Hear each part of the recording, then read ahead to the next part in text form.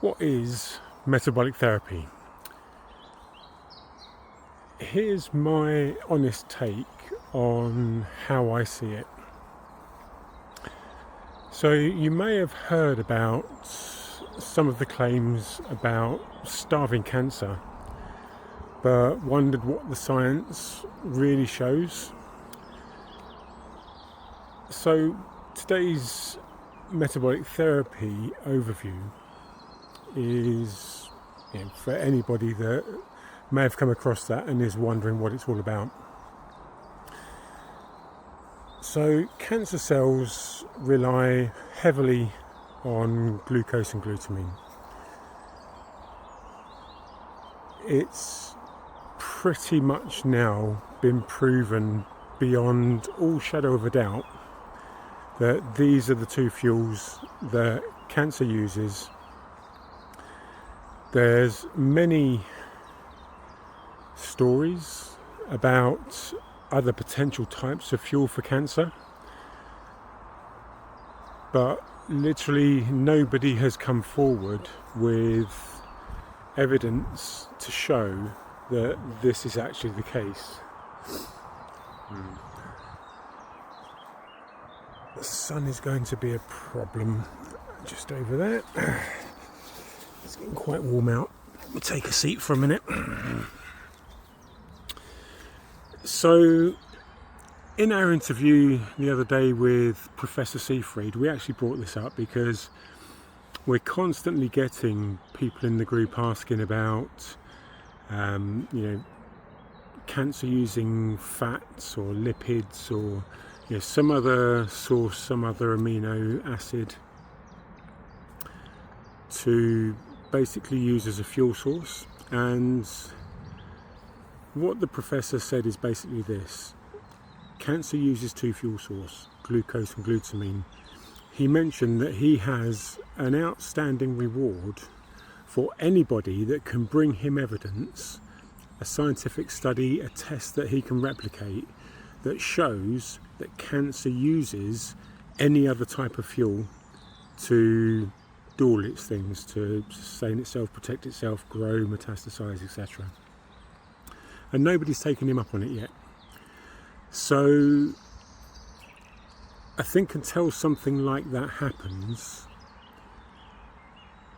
what you should consider metabolic therapy as is a method to help you get glucose and glutamine down such that cancer can't freely ravage your body by growing and spreading.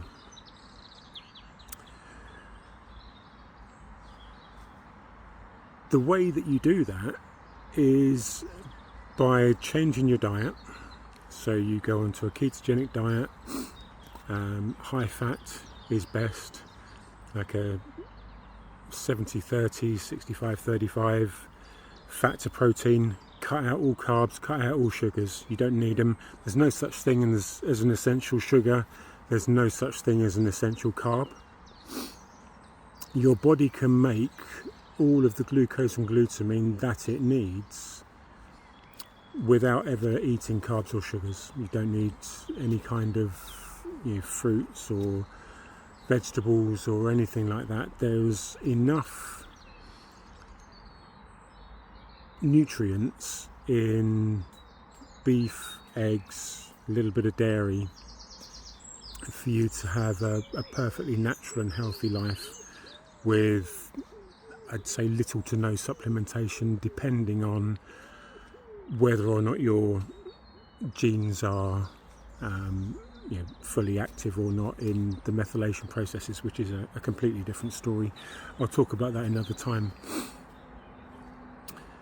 So when I started looking into metabolic therapy, and I'd watched a few of Professor Seyfried's videos and him talking about just get rid of the glucose and the glutamine, that's all you need to do, then hit it with anything else that you're doing and that'll have even more effect. And I was like, it just can't be that simple. It just can't be.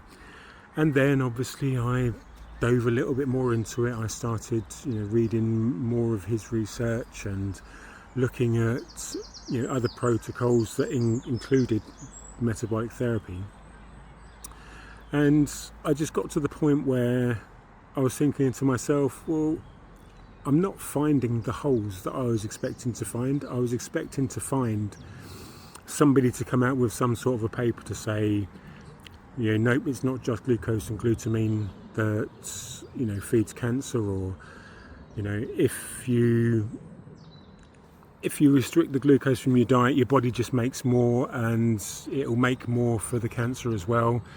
And it just turns out that that isn't right. I mean, yes, your body absolutely does make the sugars that it needs, but it makes them into the quantities that are needed for the vital organs, and things like your brain and your muscles and your primary organs, they get first dibs on that, and the cancer gets what's left over. And it's like, I don't really understand how that works still, but that has been put out there quite a lot. But I guess, there are studies that show things like, if you do a lot of exercise, so that gets rid of glutamine as well as glucose, and it essentially burns up any stores of glycogen in your muscles, and somehow the body figures out how to make more glucose and get it to the places that need it, like the brain, for example. Now, I have no idea how this quite works yet. I'm still trying to figure that out. But there does seem to be a general consensus that that's what happens. And the cancer, even if it gets a little bit of it, it's still not like it's free-flowing through your system, such that it's got an all-you-can-eat buffet. So the fact that cancer is wholly dependent on glucose and glutamine, and we know that we can cut down glucose, so you can get a monitor, you can get the glucose monitors, the continual monitors, or you can get something like a GKI monitor from Keto Mojo, and you can look at not just the glucose but also the ketone bodies, and see how far into therapeutic ketosis you really are. And of course, that's one side of the equation. So if you can get your glucose down, you get your ketones up, your body can survive quite happily on ketones. No need for glucose, and the small amount that it does need, your body makes, and it somehow finds its way to the places that need it. But all healthy cells can use ketones as a fuel source. Cancer cells can't. They have a damaged mitochondria, and that prevents them using oxygen, and to burn ketones you need to combine it with oxygen. So that's kind of the sciencey bits of it. Now, the other side of that is the glutamine. So with glutamine you need an inhibitor, so you could use EGCG, berberine, exercise also lowers your glutamine levels. But the one thing that gets talked about by Professor Seyfried a lot is something called DON. It's something like 6-diazo-5-neuroleucine, I think is. I'll put the name in the description. I don't fully have the name down, but it's essentially a glutamine antagonist. And what it does is, once you've got enough DON in your system, it essentially blocks uptake of glutamine in your body. Now, you can only do this for very short periods of time, because you actually need glutamine for normal everyday health. All of your cells in your body virtually use glutamine in some form. But just pulsing for that little while, even if it's only for a couple of hours, anything else that you do during that time that is pro-oxidative. So the main pro-oxidative therapies are hyperbaric oxygen therapy and IV vitamin C, very high dose. This is something that have both shown to have a lot of promise in the metabolic therapy scene. When you do that at the same time as essentially blocking your body from using glutamine, it has a devastating impact on the cancer cells. As long as you've got your glucose levels down, you pulse down your glutamine, and you may find that combinations of DON, berberine, EGCG, I think there's a few others, and there are certainly other off labels, but the problem is that they're off label, they're prescription drugs, and they're not readily available. I mean, the EGCG and berberine are, but DON certainly isn't, and that's where most people seem to have the problem, is getting hold of this. And because it's not readily available, because it's not something that is going to get prescribed to you by your oncologist, because it's part of metabolic therapy and they don't support that, that's where most people essentially fall down in the protocol. So, I mean, even I think fenbendazole is also another one, which is an off-label. It's not prescription only, but it's certainly not the uses it's intended for. And this gives you, a few options to pulse glutamine without getting a prescription drug through other channels that you can try. So that's what I'm doing. I've not got DON. I mean, one, obviously it's difficult to get hold of because you can't just go and buy it from anywhere, but even though there are people out there that have managed to successfully get themselves a load of DON to take, it's something that you can't really measure, so you're kind of taking it on trust that it's doing what it's supposed to do. So there are potential side effects to doing this, and again, this is where I feel like the NHS should be getting more involved. If anybody says, look, I'm going to do metabolic therapy and I'm going to use off labels and I'll get them any way I can, I feel like the NHS should at least give them some basic level of support, even if it's only doing panels once a month, just to see that they're not overdosing or creating some levels of toxicity in liver or kidneys, or maybe something that might affect their eyesight, or there are a number of potential side effects that can come about from this. So when you're doing this for yourself, you've really got to listen to your body and have an understanding of what the potential side effects are, and then watch for them in yourself. So again, you're doing this without medical support, or certainly I am. So it's one of those things that I would say, whilst metabolic therapy sounds like an easy fix, it's actually far from it. I mean, the science makes it sound like a simple, just cut out sugar, cut out carbs, pulse your glutamine. But the reality of it is it's a little bit more difficult than that. So I'll sign off just by saying there are many other things that you can add to your protocol to help combat cancer while you're starving it of glucose and pulsing your glutamine, however you manage to do that. And so if one or two things don't work, there are several different things that you can actually try. I don't think I would even consider myself, even if I had the money to do it, of doing them all at once, because then you just never know what worked.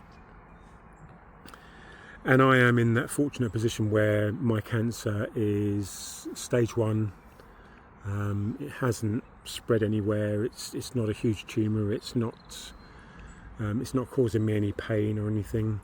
I do get a little bit of bleeding every now and again, but then I used to get that with the ulcerative colitis on occasion anyway. So that's nothing new to me. So yeah, I mean, I'm literally only a week into my protocol, and I have noticed a couple of, slight things. I get hiccups every now and again. I never get hiccups. That's just never something that I get. I've never in all my life have I had problems with getting hiccups. But now when I'm taking some of these supplements and the off-label drugs, I'm getting hiccups. Not massive, uncontrollables, but you just get that little sort of jump at the top of your stomach. It's like you just constantly, and it's like it goes on for like half an hour and then it stops. So not worried about that, obviously, but it's just the little things. When I was walking up to bed last night, I noticed that when I turn the lights off, I walk around the house in the dark all the time. We've lived there a long time. I know exactly where everything is. But I turned the lights off and walked up the stairs, and I noticed that it felt like there was some brightness in front of my eyes when I turned the lights off, but there wasn't. I couldn't actually see anything, but there was something with my vision that felt like there was some kind of brightness, but it wasn't external, it was internal. It was something to do with turning the lights out, and I don't know which drug can cause that, so I need to go through all of the supplements and off labels that I'm working with and look at things related to vision and maybe light sensitivity or something related to that, because I've no idea what that was. But that's new.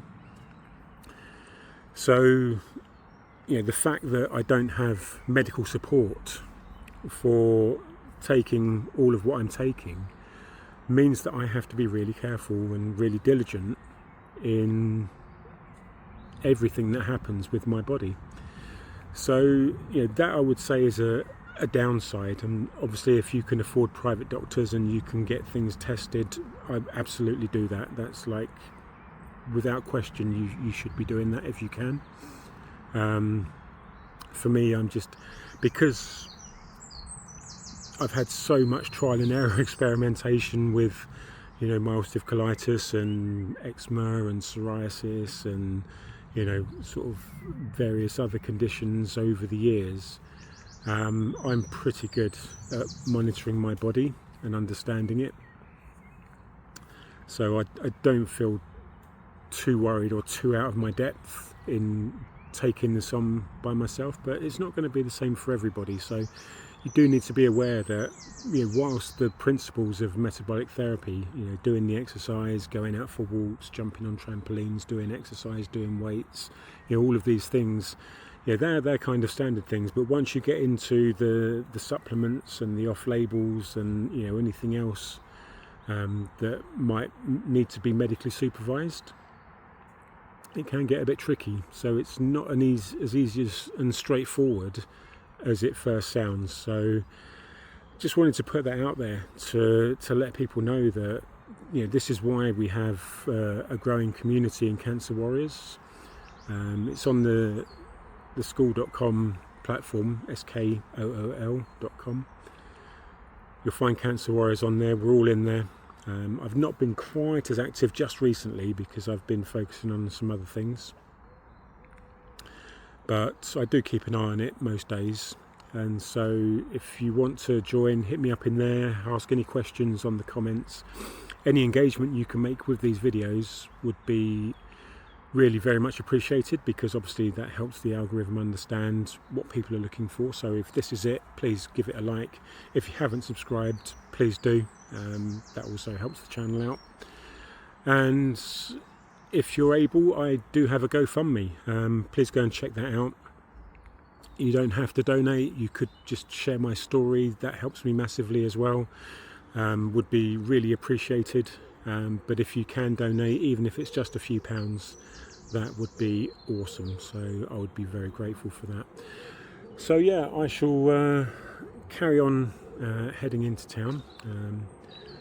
Duck out of my nice bit of shade I've found here. But I shall hopefully see you all again very soon on the next update. So have a very good day and take care. Bye bye for now.